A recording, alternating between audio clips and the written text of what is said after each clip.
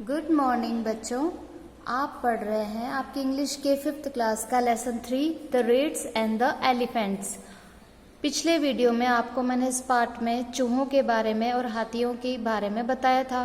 आज हम उसके प्रश्न उत्तर करेंगे। क्वेश्चन नंबर 1 है, why did the elephants pass through the area where the rats lived. हाथी, why did the elephants means हाथी, पास थ्रू यानी उधर से गुजरना, द एरिया जगह, वेयर द रेट्स लिव जहाँ पे चूहे रहते थे।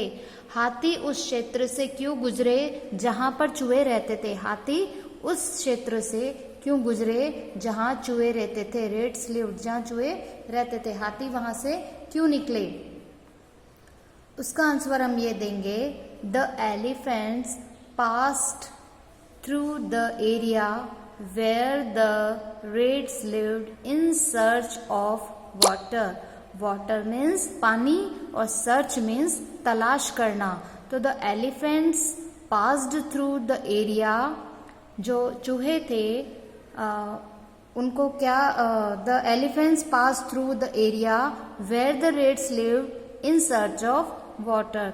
हाथी उस क्षेत्र में पानी की तलाश में गुजरे जहाँ पे चूहे रहते थे। इन सर्च ऑफ वाटर, किसकी तलाश में, पानी की तलाश में गुजरे थे। तो वो जो चूहे थे वो वहाँ पे रहते थे, उनके घर वहाँ पे थे, लेकिन हाथियों को पानी पीना था तब वो उस क्षेत्र से गुजरे थे।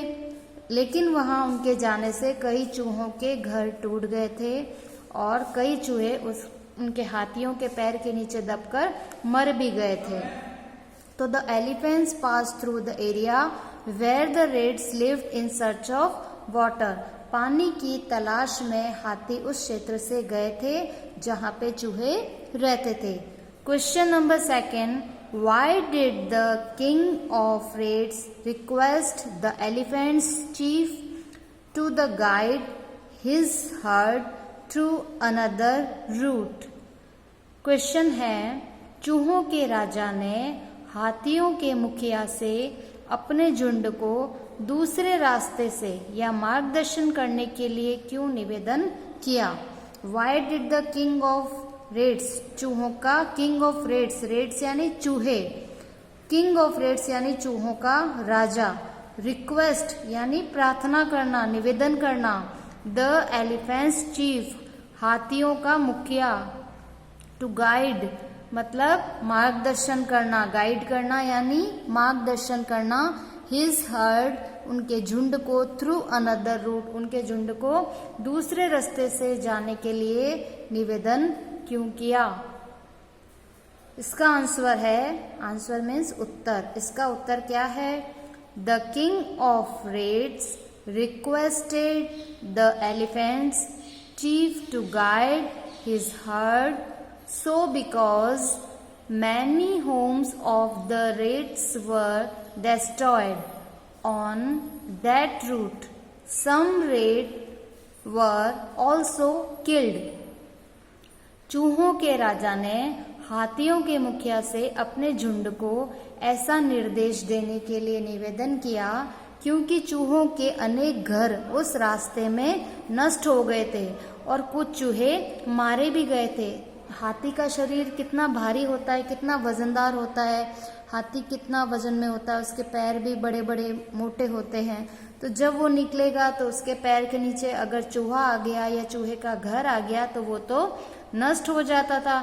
इसलिए चूहों के राजा ने, द किंग ऑफ रेट्स चूहों के राजा ने, रिक्वेस्टेड प्रार्थना की, द एलिफेंट्स हाथियों से, हाथियों के चीफ से, टू गाइड हिज हर्ड के उनके झुंड को निर्देश दे, so because many home of the rats कई चूहों के घर were destroyed on their route उनके रास्ते में हमारे चूहों के घर हैं जो कि नष्ट हो जाते हैं। Some rat were also killed और हमारे कुछ चूहे भी मारे गए थे, ये उन्होंने बताया।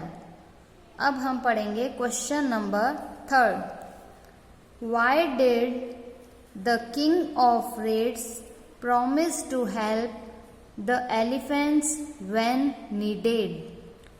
चूहों के राजा ने हाथियों को आवश्यकता होने पर सहायता करने का वादा क्यों किया? Why did the king of reeds promise to help the elephants? क्यों चूहों के राजा ने प्रॉमिस किया यानी वादा किया टू हेल्प द एलिफेंट्स हाथियों की मदद करने के लिए when needed जब भी उनको जरूरत पड़े, नीड यानी जब भी उनको आवश्यकता पड़े। तो क्वेश्चन आपका थर्ड है कि चूहों के राजा ने हाथियों को आवश्यकता होने पर सहायता करने का वादा क्यों किया? तो इसका आंसर है the king of rats promised so because the elephant's chief had accepted his request. चूहों के राजा ने ऐसा वादा इसलिए किया क्योंकि हाथियों के मुखिया ने उसके निवेदन को स्वीकार कर लिया था। The king of reeds promised so because the elephant's chief had accepted his request. जब चूहों ने हाथियों के राजा से गजराज से प्रार्थना की कि आप किसी और रास्ते से चले जाएं, उस रास्ते आप जाते हैं तो हमारे चूहों के घर टूट जाते हैं, हमारे बिल टूट जाते हैं, चूहे और मर जाते हैं पैर के नीचे आने से, तो कृपया आप दूसरे रास्ते से चले जाएं। तो ये बात हाथियों के राजा ने मान ली थी। जब उन्होंने ये बात मान ली तब चूहों के राजा ने ये वादा किया कि ठीक है, आपको जब कोई ज़रूरत पड़ेगी तो हम आपकी मदद करेंगे, आवश्यकता पड़ने पर हम भी आपकी मदद करेंगे। अब है question number 4। Why were the elephants shouting one day? एक दिन वह हाथी चिल्लाने क्यों लगे? एक दिन हाथी क्यों चिल्ला रहे थे? तो आंसर है इसका the elephants were shouting one day because they were caught in traps kept by some hunters. एक दिन हाथी चिल्ला रहे थे क्योंकि वे शिकारियों द्वारा रखे गए फंदों में फंस गए थे। हंटर्स मीन्स शिकारी, ट्रैप यानी वो उसमें फंस गए थे। हाँ, तो शाउटिंग यानी चिल्लाना। तो हाथी किस लिए चिल्ला रहे थे? क्योंकि इन शिकारियों ने जो वहां पे जाल बिछा रखा था उस फंदों में हाथी फंस गए थे और फंसने के कारण वो वहां पे जोर जोर से चिल्ला रहे थे। अब है आपका question number 5। How did the Reds help the elephants?